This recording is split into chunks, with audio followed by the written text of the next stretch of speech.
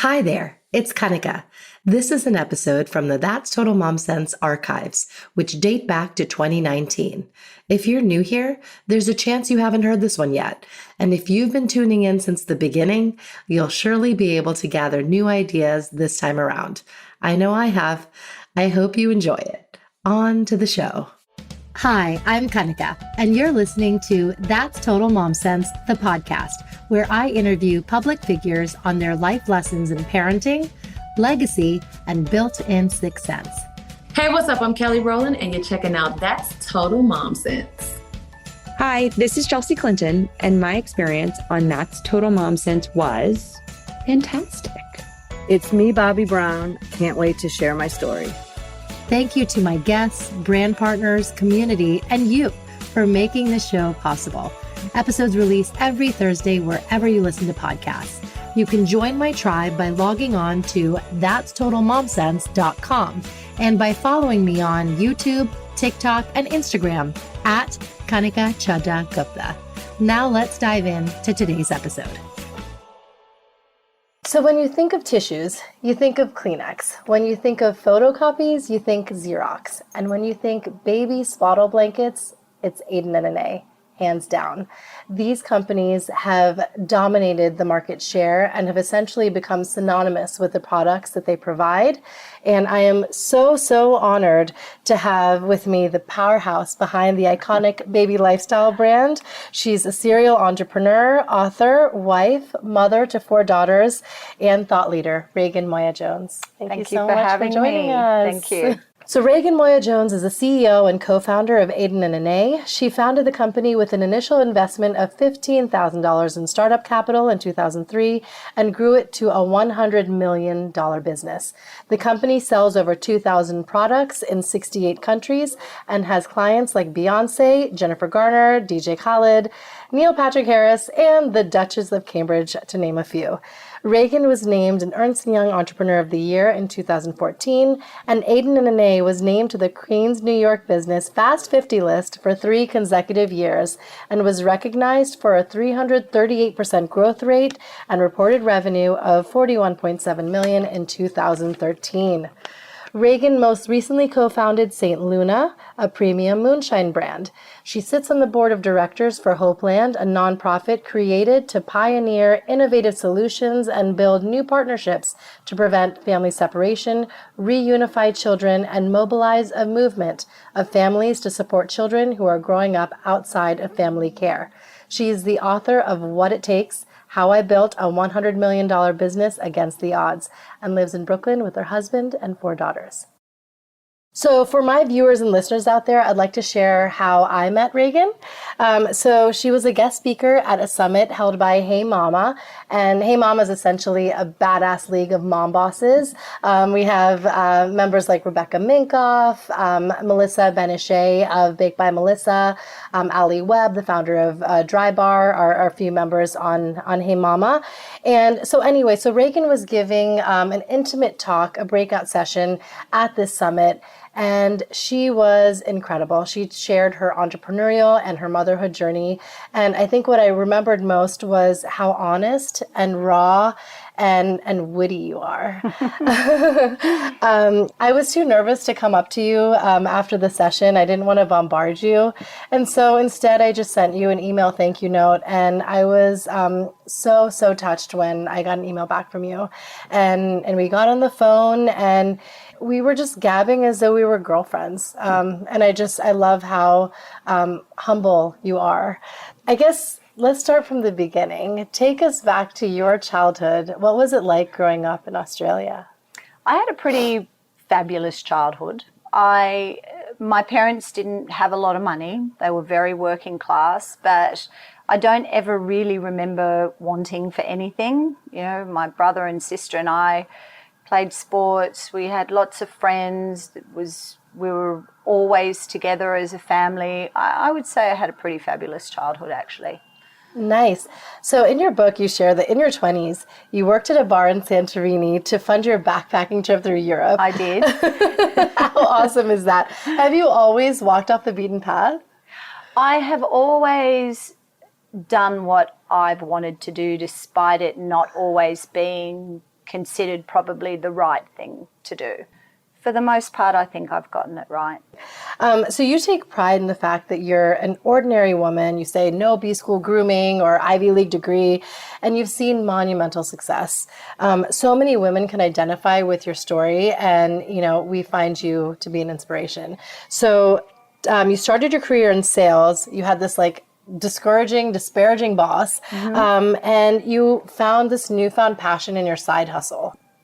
After I was sort of done gallivanting around Europe and having that fun, I came back to Australia and fell into sales, which is I worked for a pharmaceutical company, Schwarzkopf, the hair care company, did lots of different things in sales. And then when I moved to New York in 1997, I didn't have a visa, and a friend of mine got me a job in a conference company, actually selling sponsorship on conferences, and they sponsored my visa, and that was how I ended up being able to work legally in the States. Yeah. And I was with that company for about a year, and then I moved to The Economist, where I spent 10 years working before I started Aden and Anais. And I did start Aden and Anais whilst I was still working full-time at The Economist. And yes, I did have a number of bosses throughout that 10-year period where they just for whatever reason didn't think I was capable of doing any more than the sort of basic sales role that I was doing, despite the fact that I kind of felt that I could. Yeah. But it was obvious there was no real advancement opportunities for me at The Economist. And I'm very grateful for that now in hindsight, because it was the frustration of that which also I think motivated me to actually dive in the deep end and start my own business, which ended up being Aden and Anais. Yes, absolutely. When did you have your aha moment? And, how did Aden and Anais? Well, it was really when I had Anais. Okay. Because I went looking for these muslin blankets that were very common back home in Australia. And I was genuinely shocked that they didn't exist here. Not only did they not exist here, no one had ever heard of them, no one understood what I was talking about. Right. So I ended up getting my sister to send me the Australian version so that I had them when I had Anais. And then once I started to use them with Anais, I realised how indispensable they were, and I thought, how can every Aussie have this wrong? And I'm sure if I introduced it to American parents, they would feel the same way. And that was really how it all got started. Wow. So it was literally you and a friend, right, who had Aden. I had a business partner, that's Aiden's mum, Claudia. Yes. So we started the business together, but she decided not to stay involved, and we had a very unfortunate parting of ways in 2008. Okay. Yes. Okay. But when you came up with the concept, what made you just take this huge risk and say, we're going to go into business together and do this and source the right materials and really create a niche for ourselves in this market? It wasn't like I strategically went, Claudia should be my business partner. It was the fact that she lived in LA and we were very good friends, and I used to stop on my way back from Australia and stay with her so I could break the trip up when Anais was a tiny baby. And we just happened to be together when the moment hit us that sort of went, where we sort of went, we should really do this. And Claudia actually said, well, why don't we just become a distributor for the people who are already making them in Australia? And I said, well, no, why would you do that? Because at the end of the day, it's a piece of cotton fabric, and I'm sure we can work it out. How hard could it be? It ended up being very hard, but we worked it out. Yeah. Can you walk us through a little bit of the supply chain, how you source the best materials and, just kind of set your brand apart? It took a long time to find a manufacturer. And when we did, there was a lot of back and forth, trial and error to get the product right. And given I didn't have any technical experience with textiles, it was really just, no, that's not soft enough. No, that's not a tight enough weave. And it was really just that back and forth until it got to the point where I was comfortable with the quality of the product to actually go to market with it. But I think what's so unique about your brand is that you've kept the pricing so competitive, and so a first-time mom in middle America can buy an aden and anais, and so does Kate Middleton. Right. So that's amazing. How did you kind of really zero in on what that perfect price point was, and make it kind of aspirational? Our intent was to never make this a high-end product, a celebrity-driven brand. That all sort of happened by mistake, really. Okay. A great mistake, but it happened by mistake. Fortuitous. So, but when we initially set out to build the brand and introduce the product to the market, we wanted the 4 blankets to be $40. So we wanted to actually keep it under the $40 mark. Okay. $39.95 was we did everything we could, but it just didn't work in terms of margin that we needed to be able to run a viable business. Right. So when we first went on to the market, the 4-pack was $44. So I just felt $11 a blanket was still a pretty reasonable price. Yes. It was a conscious choice to make the product as affordable as we could, because I really, really believed that muslin was the only thing you should be wrapping your baby in. And I also knew as a mum myself that you needed a lot of these blankets, used them for so many different things. So I really wanted them to be affordable and accessible to as many mums as we could possibly make them affordable to. Becoming a new parent, we have sleepless nights as it is. That's something you sign up for. But you had this business on the side. So did you just kind of run on an empty tank? How did you do it? I really did. I slept no more than 4 hours a night for a couple of years, Wow. which I don't recommend. But I did that consciously because I didn't want to leave my day job, because the money that I was making at my day job was important to my family. Right. And I also didn't want to put stress on a startup business, in that I didn't want to be desperately trying to be able to get money out of it. I wanted to be able to put all the money that we made back into the business for as long as possible. And so I think it was the fact that it was a conscious decision on my part to choose sleep deprivation over any kind of financial pressure, both for my family and the business, that I just didn't really complain about it. Wow. It was really hard. I don't recommend it, but it was a conscious choice on my part, so I just kind of got on with it. My goodness, that's really, really inspiring. And so it was only Stupid. Yeah. Like, depending on which way you look at it. Sure. But it was only when you hit the $1 million mark that you thought, okay, this is going to be my full-time gig. Right. Why is that? So I had read a statistic that only 2% of all women-owned businesses ever get to $1 million in revenue. So I personally set that as my goal, that if and when I did that, I would allow myself to leave the day job and focus on aden and anais full-time, because at that point I will have accomplished something that statistically most others don't. So from 2000 to 2017, women-owned businesses have grown 114% compared to a 44% increase among all businesses.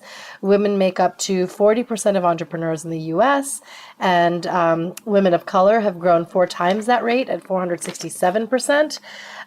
Despite this level of growth, like you mentioned, women-owned firms have only received 2% of VC funding, and 75% of those firms won't reach 50K in revenue, and nearly half won't even make 10K. So why do you think this disparity exists in the first place? Why are we literally fighting against the odds? I still think that there is a stigma around women and women business owners from a funding and everything standpoint, which is why it's so wonderful that there are now a lot of women who are creating their own funds specifically to support women entrepreneurs. So that's a wonderful thing, but we've still got a long way to go. Yeah.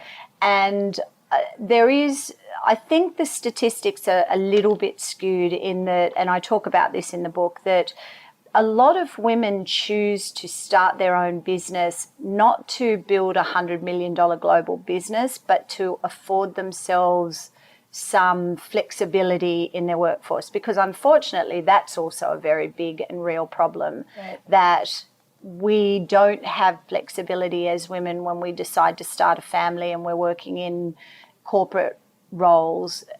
And a lot of women don't leave because they want to, they leave because they feel they have to be able to juggle being a mum and earn an income. Right, exactly. So a lot of women start their businesses for that, which is why, which is more a freelance kind of situation, and their intent is to never scale and to never, you know, look for major capital investments and things like that. So I would love to see a lot more women realise that they can scale a business and be a mum. I'm living proof of that. Right. But it is very much a personal choice. And I do think that the numbers, because a lot of freelanced businesses get lumped in with businesses like mine just because a woman starts it, and that does skew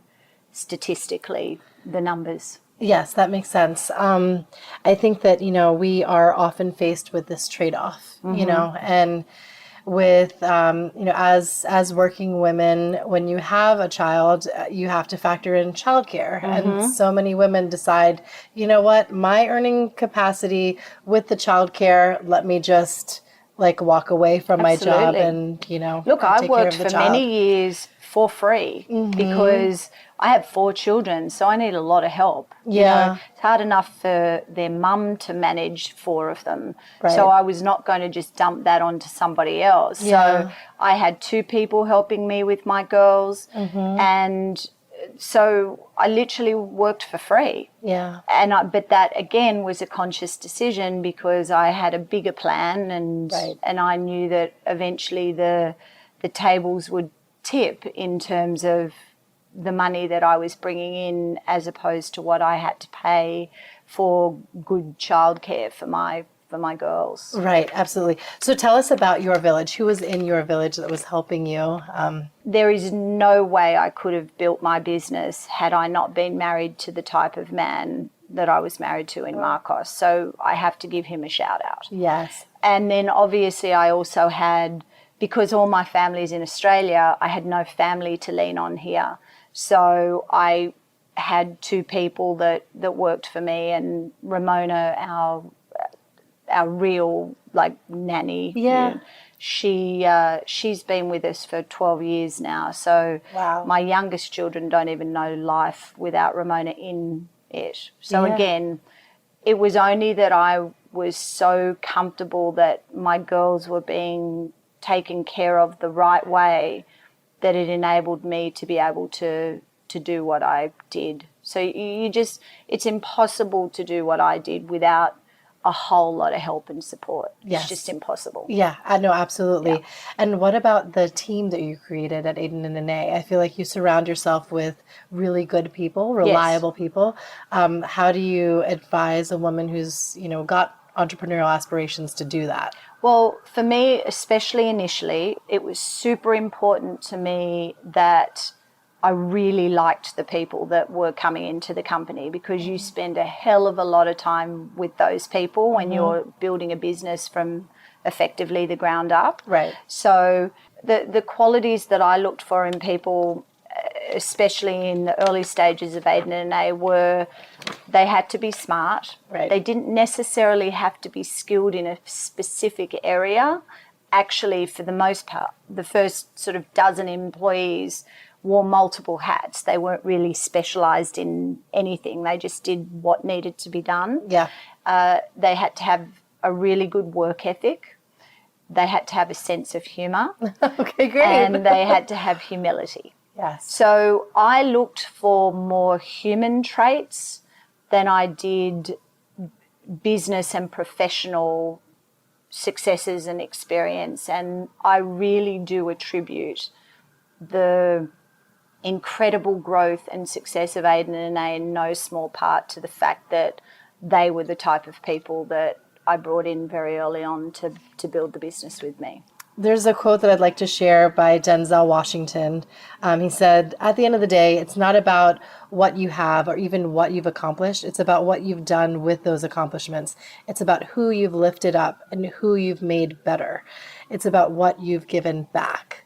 So if you can talk about Hopeland. Super, super proud of my involvement in that, and in awe of Deborah Lee Furness and Nick Evans, the two people who founded it. And children, babies, very family, very close to my heart. I'm very passionate about that. So this is a wonderful not-for-profit that was started to try and reunite families, because I think statistically, and I'm going to get in trouble if I get this wrong, but about 80% of all orphans in the world have a living parent or relative.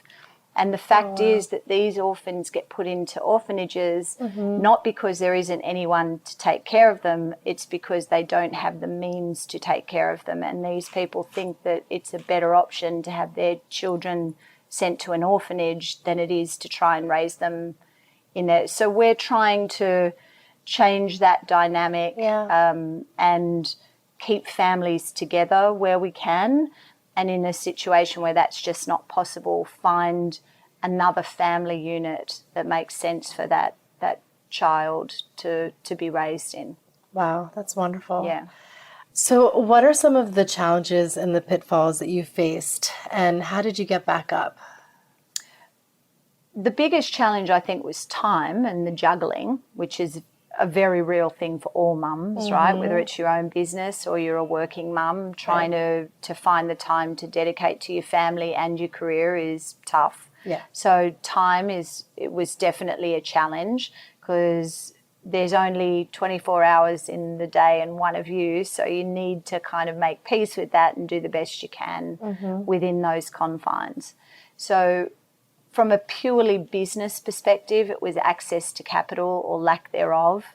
We couldn't keep up with the demand because we just didn't have enough money to keep up with the demand and scale. So working capital was a huge issue in the business for many number of years, which I think is safe to say a very common thing for a lot of entrepreneurs and startup companies. Sure. I'd say from a personal standpoint, it was the juggling and the time management, and from a business standpoint, probably the biggest issue, the hardest challenge was access to capital, and then especially as we scaled, being able to find the right people to be involved in the business, because one thing I know for sure, it is all about the people you employ at the end of the day. You can have the greatest business, the greatest product, the greatest strategy, the greatest processes, the most money, but if you don't have the right people in the chairs, you will fail. Yes. I truly believe that. Wow. So as we got bigger, it definitely got hard to continue to hire people that were of the caliber that the people were that came into the business in the very early stages. Right. And what was it like kind of taking it from a homegrown business to working with all these mass retailers and distributors? Success is also driven a little bit by a series of serendipitous moments and luck, right? So the buyer at the time for Target happened to be a mum who loved the Aden Anais product, had used the boutique version of the product, and reached out and said, hey, we would be interested in looking at it for our stores. And so that was really that's how I ended up in Target. But prior to that, I had also started to receive feedback from mums that the product was expensive. Now, I thought $11 a blanket was but for a lot of mums, that $44 is a lot of money. So again, I felt so strongly about muslin and the fact that every mum should have it for their babies, that I then went about creating a product that I could sell for less than $44. Okay. But that I still was proud to have the Aden and Anais brand on. So that's how the diffusion range that you now find in Target and Bye Bye Baby and when Babies R Us was still around, Babies R Us, that's really how that got started. It wasn't about, how do I canvas every store out there, which, to be clear, I wanted to do that. Yeah. But the real motivation for the diffusion range was the fact that I was getting feedback from mums that the product was expensive and they loved it, but yeah, and you paid heed to that, which is great. And what about Behemoth, Amazon? Oh, well, when I started Aden and Anais, Amazon didn't run the world. Right. So that's happened since then. And yes, the retail landscape is night and day compared to when we started Aden and Anais 12 years ago. And that is in no small part due to Amazon. Right. And, but I get questions from other entrepreneurs starting business, and Amazon always comes up, and my opinion on that is you'll never beat them. Yeah. You can't beat Amazon, so you have to find a way to join them. Right. which is what we did at Aden and Anais. Yeah, no, that's smart. Okay, so how has entrepreneurship kind of changed you? I think I was always an entrepreneur when I look back. I just didn't define it as that, but I always sort of wanted to be the master of my own destiny and do my own thing.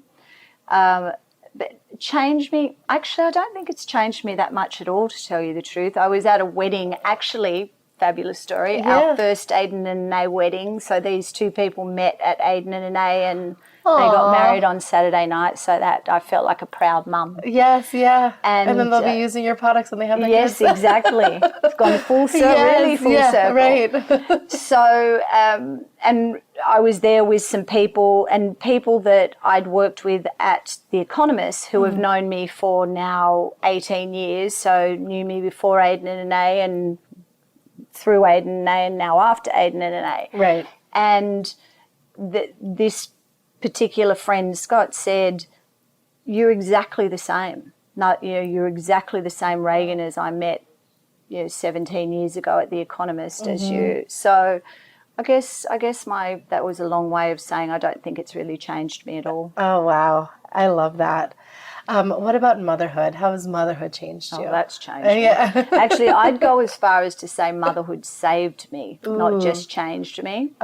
The girls gave me purpose. It was like I was instantly cured of any me drama once I had an A. And, at the end of the day, as much as I need to fill me up, and I absolutely do, which is why I work and why I continue to work and why I went to work despite the fact that I was doing it for free while I was paying for childcare. Right. Because I need that for me. Yes. But at the end of the day, my core is all about being a great mum for those girls. And I guess the verdict's still out on that because they're still young, so we'll see. Tell us about your 4 girls. Was it like Little Women? Well, they're feisty, man. They make me look like a shrinking violet, but which is a wonderful thing for a mum to know that they're going to be no one's going to be messing with the Moya-Jones girls, but it makes for hard parenting. Okay.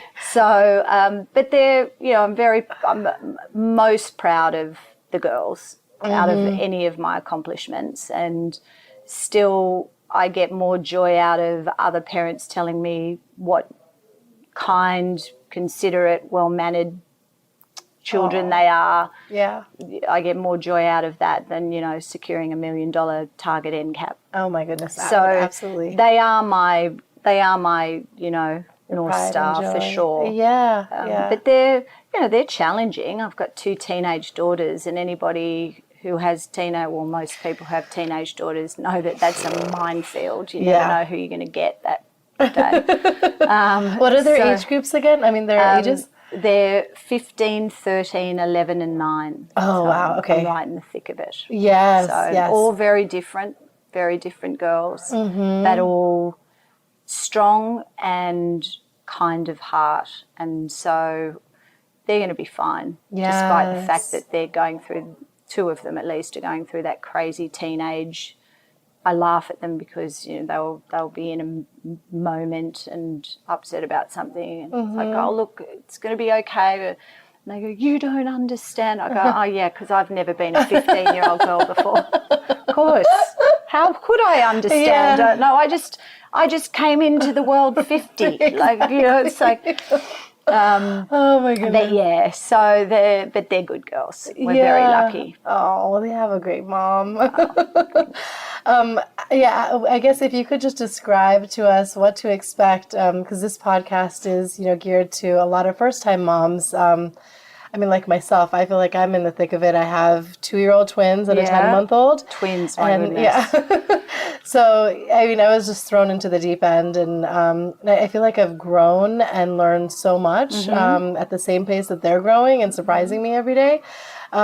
And it's tough. I mean, the sleep deprivation, so humbling to hear you say that you powered through that while, you know, dealing with... I wouldn't say powered through. There were many fetal position moments, trust me.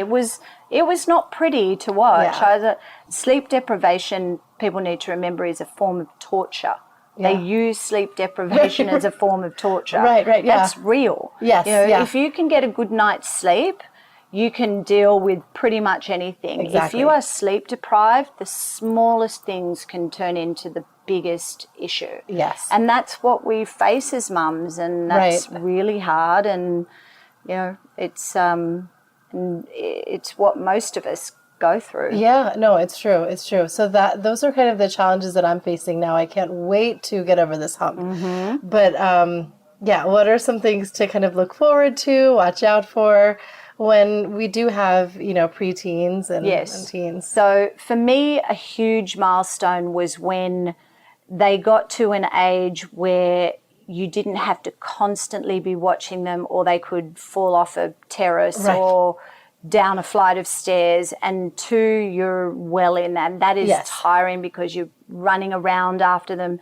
You can't relax. Yeah. So once they all get to the age of about 5 or 6, when you're not in that constant, oh my gosh, are they going to injure or worse, kill themselves because they don't understand danger in that respect. Exactly. That's a huge milestone where you can actually sit with your friends and have a glass of wine or a cup of coffee or whatever it is you do, and you're not constantly on edge about them injuring themselves. Yeah, exactly. So you got a few more years to get to that. And then it's pretty good. They still, and I'm talking from my personal experience. I know everyone's different, because I do have friends who have teenage daughters who just are perfect and don't give them any grief. So I feel like they did something in a past life to deserve that.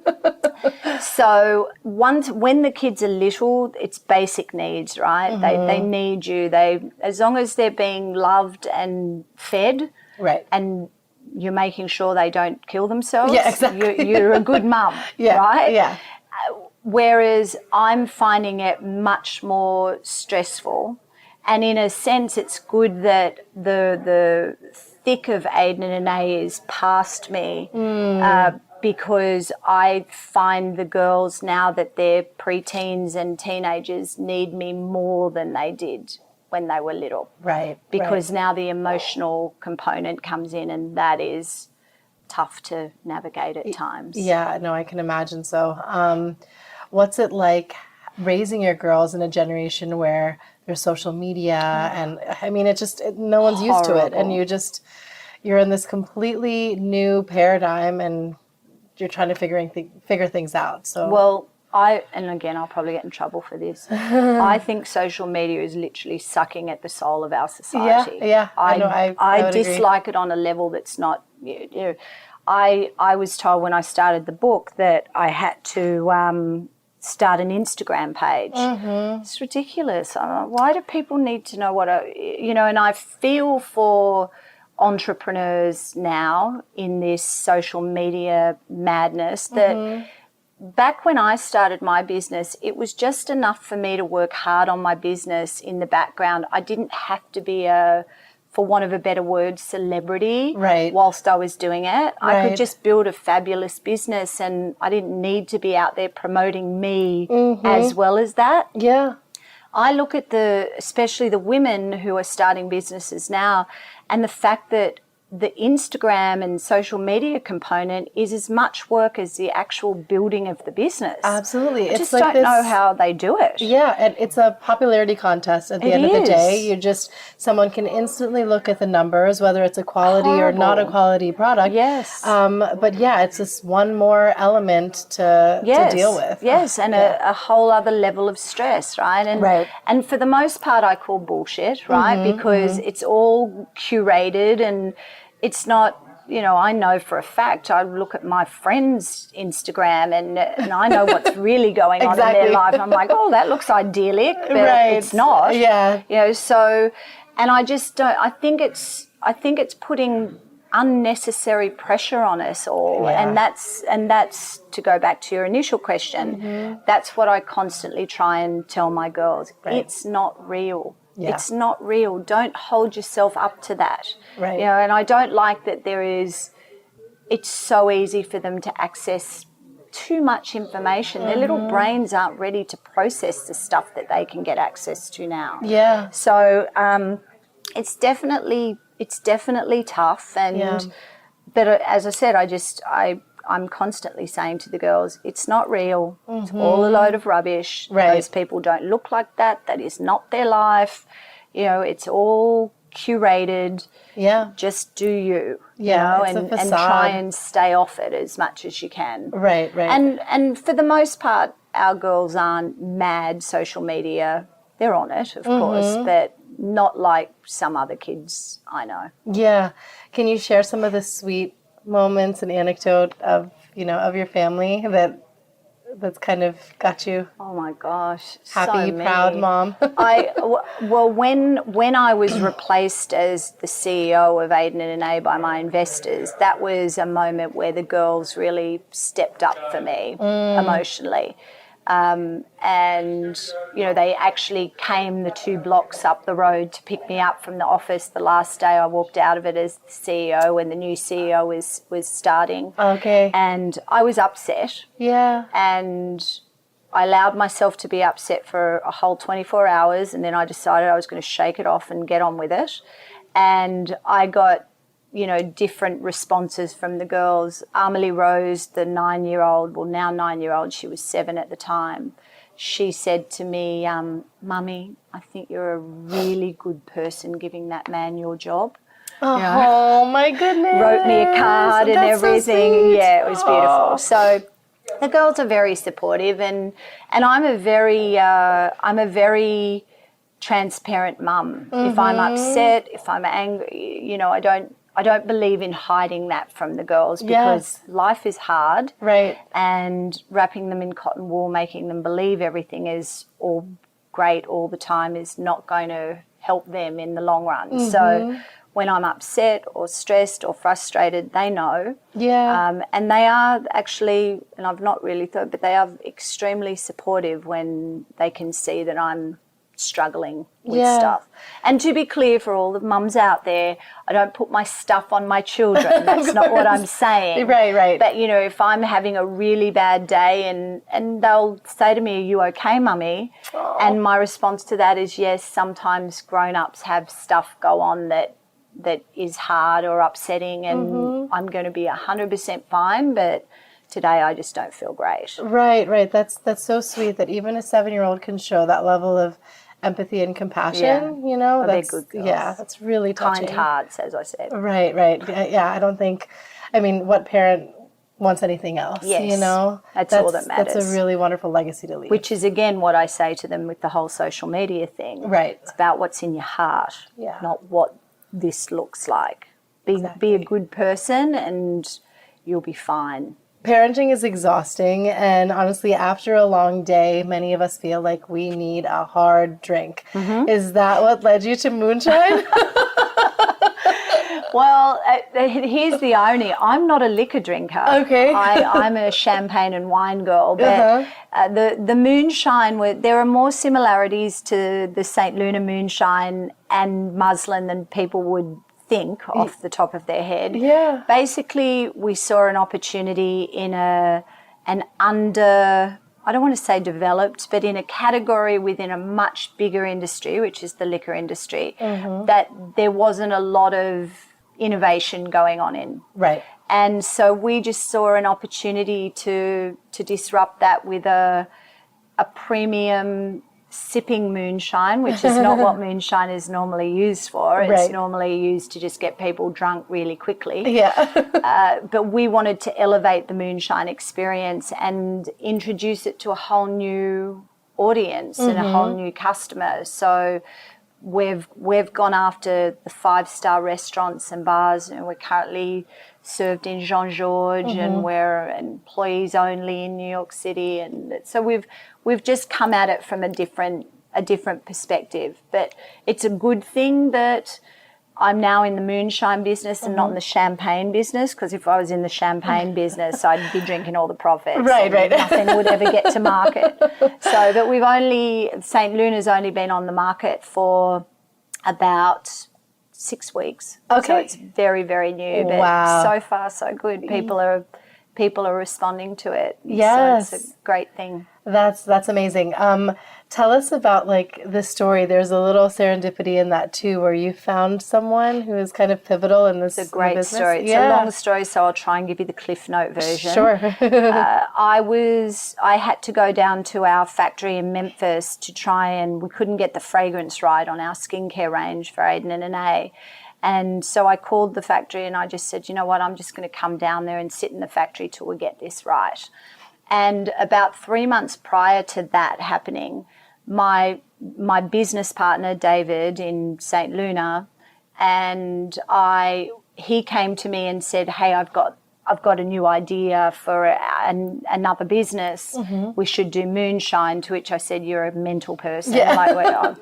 But I eventually clearly got there, because here I am, the co-founder of a moonshine company. Wow.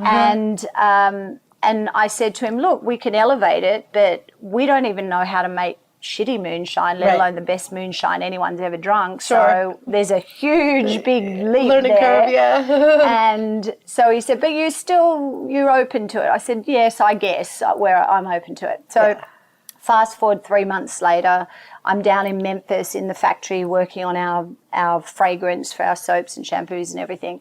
And I start talking to the guy down there who's running the project for Aden and Anais. And I was there for a couple of days, so we ended up chatting a lot. And I said to him, so what exactly are you, that you make soap? Right. And he said, I'm actually a chemical engineer. Okay. And I went, I said, I'm married to an engineer. He's an electronic engineer, though. And I said, but my brother and sister-in-law are chemical engineers, but they're in the petroleum industry. They live in Kuwait, actually. Okay. And I said, so soap? I said, that's interesting. I said, so what? Was soap a passion? And he laughed. He said, no, Raegan, soap is not my passion. Soap is my day job. Moonshine is my passion. So it was a universe moment, slap upside the head. Yes. I kind of looked around for hidden cameras. Right, angels singing. Absolutely. And now Scott is our distiller, and it turned out that he had been perfecting this particular moonshine recipe for over a decade. Oh my and just goodness. didn't sort of ever take it to the next stage of getting it out on the market. Yeah. So we did that, and here we are with St. Luna. Wow. So and he has made an incredible liquor, because we've already won 2 silver and a gold medal in World Spirit competitions and everything. Incredible. So it's the real deal. It's a great drink. Yeah. Oh, I can't wait to try. Yeah. No longer Should have bought a breastfeeding, so I bottle. can. We could have been drinking cocktails while I was going to do that now. Any interview I go on, I'm just going to bring my own St. Luna and we can drink cocktails. Right. Oh my goodness. Okay. So somewhere in all of this journey that you've illustrated for us, you've written a book, What It Takes. And I want to just read 2 of the, the testimonials and reviews that you have on it. In What It Takes, Raegan Moya-Jones shares an inspiring story for anyone who wants to change their career, play by their own rules, and build a successful business in the process. That was by Rebecca Minkoff. And a little determination, sass, Aussie grit, self-belief, and a sense of humor, and dreams come true. Congratulations on achieving enormous success, giving back, sharing the journey, and inspiring others to do the same. And most importantly, enjoying the ride. And that's by Deborah Lee Furness, the actress and founder of Hopeland, who you work with. Who also just happens to be married to Hugh Jackman. Oh, okay. Very cool. So tell us about the book. Well, I got approached to write the book over 3 years ago, so it was quite the process. And my initial reaction was, no, I'm not writing a book. Yeah. Because I didn't think I had Like the content fodder, to write a book. Okay. I'm very honest in the book, and I make it very clear I don't have a business background. I dropped out of university. I don't have a business degree.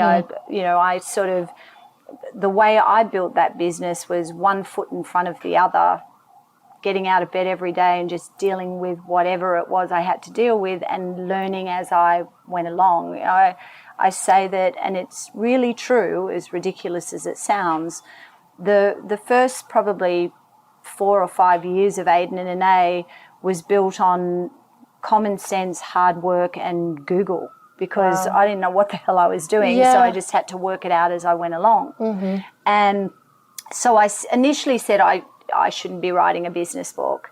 And then my now agent said to me, but I don't want you to write a business book, here are the 10 steps. I want you to tell your story, tell it honestly. And when I thought about that, I thought, well, I really truly believe that if I can do it, anyone can do it, because I'm not special in any way. People think I am now because I've accomplished that, but if you met me 12 years ago, no one would have bet on me to build a $100 million business, I don't think. Okay. So I wrote the book in the hope of inspiring other entrepreneurs, primarily women, although some men have read the book and very much enjoyed it. And it was my hope that by reading this, anyone who's sort of on the edge about whether or not to do it because they don't have all the answers and don't know exactly what they're doing, will be inspired to sort of take their own leap, because this book is evidence that you can do it if you want it badly enough. Yes, no, and I can vouch for that as well. I just want to keep it by my bedside and read excerpts to kind of inspire me and invigorate me. Oh, that's lovely. Yeah, because it's something that I feel all moms kind of grapple with. They have a moment in time where they wonder, what's my purpose? And it could be when you're curled up on the floor, nursing and crying, and you've just kind of provided that guide that you have your purpose, and you just have to take that risk and do it. And that's what makes me sad, because I met a lot of entrepreneurs over the last 10 years, the journey through this journey, and I can't tell you how many people come to me with their ideas and then they just don't do anything with it. And I think the biggest issue we have out there is that people have great ideas, and because they don't think they have the exact path forward and the exact experience or knowledge to actually make that a viable business, they just don't do it. Okay, tell us what your mom sense moment. This podcast is called That's Total Mom Sense, and essentially it's like my coined term for the sixth sense that mothers have. So, did you have a moment in time that you could share with us where you trusted that mom sense of yours? In my heart, I felt being transparent as their mum and letting them see the good and the bad was the right way to raise our girls. Oh, wow. And so I would say that was very much an internal decision to do that, despite the fact that I do second guess myself sometimes and say, oh, you know, should I be letting them see that I'm really, you know, kicked to the floor right now and struggling? So like I said, verdict's out on whether or not that was a good or bad thing to do. I'll talk to you in 20 years and hopefully they're not all in like expensive therapy. And No, I doubt that. No, I think it's great to hear that, you know, vulnerability is what makes us human. Right. And being able to share that with your child, you know, will allow you to establish this connection that it's like we all go through this, and it doesn't matter what age or phase or circumstance that is, you know? And that life is tough. Yeah. Like and I do wonder how the kids who have had everything handed to them, because there's a lot of them out there, how they're even going to cope as adults. Yes. I really genuinely am like, how's that going to work? Yeah, it's true. Yeah, because I think back to when I was a kid and nothing was handed to us. Right. You know, simpler times too. Was simpler times, definitely. Yeah. But aren't you sort of curious to see how the next generation is all going to play out in terms of just keeping the world going? It's true. No, yeah. And my husband and I kind of talk about this all the time. I think when you've gone through some sort of adversity, it makes you a stronger person. It builds character. And so we're already trying to think of ways. Just mini adversity. It's like you've got to get over this. Life. This hump, and then I'll tell you, you'll learn something. Announce at breakfast one day that once they're through college, or if they don't go to college, that they have to pay to live in your house. Oh, yes. That was a huge big deal at our house when I announced that to everyone. I was having a moment. I think Anais wasn't doing her homework, and I sort of, in a very grandiose, look around. This is not yours. This is Dad and Mommy and mine, Dad, right? You're allowed to live here because we let you live here, you know? Right. You have to understand that one day this is not yours anymore. Yeah. You know? And it was so funny. And our 9-year-old, who again, this was a couple of years ago, this happened, so she would have been 7. She goes, wait, what do you mean? We're not going to be able to live here? I go, no, baby, you'll always be able to live here. I said, but there'll come a point in time where you have to pay to live here. It was, their heads spun around on their shoulders. They're like, what is this crazy woman talking about? But I explained to them that nothing in life is free. And, you know, while you're children, sure, it's on Dad and I, but once you're adults, it's on you. So they throw that out and see how they go when they're old enough to. Exactly. Maybe not when they're 3, but yes, no. I completely subscribe to that. Double digits, it's a good one to just drop into breakfast conversation. Shock them a little bit. Let's not forget our quote of the day. What is a quote that you can share with us that you live by? That's easy. The first quote that I put, I'm a big quote person, and the first quote that I put on our conference room wall in our Brooklyn office was, leap and the net will appear, which is a John Burroughs quote, who's an essayist, and I really believe that. I really believe that just the way I built the business is testament to it, right? I didn't know what the hell I was doing, but I was just confident that if I put one foot in front of the other, the net would be there if I tripped and fell. Yes. Oh, agreed. Where can we find Aden and Anais and St. Luna and your book and everything? So Aden and Anais, I'm sure most mums know where to find that. It's pretty much everywhere. And adenandanais.com obviously is the website. St. Luna is stlunaspirits.com. And within the next couple of weeks, you'll be able to actually buy it off our website through an online retailer called Reserve Bar. And then bars and restaurants primarily in New York City at the moment. That's our focus. And then me and the book you can just find at Raegan.Moya-Jones.com. Wonderful. Okay. Do you have any other parting thoughts to share with, our listeners? Just it goes back to, if I can do it, you can do it. If you're sitting there going, I don't really know how to build a business, I don't really know what to do next, just one step at a time, one day at a time. And that is truly how I built Aden and Anais. And so I really believe that the message here should be, if this very average person can do it, anybody can, if you're prepared to work really, really hard and you want it badly enough. Wow. Thank you so much, Raegan. This Pleasure. was such a treat. Thank you. Thanks for having me. Whether you're a suburban mom listening in your Odyssey or a city mom with your earbuds in as you're on the subway, I want to thank you for tuning in.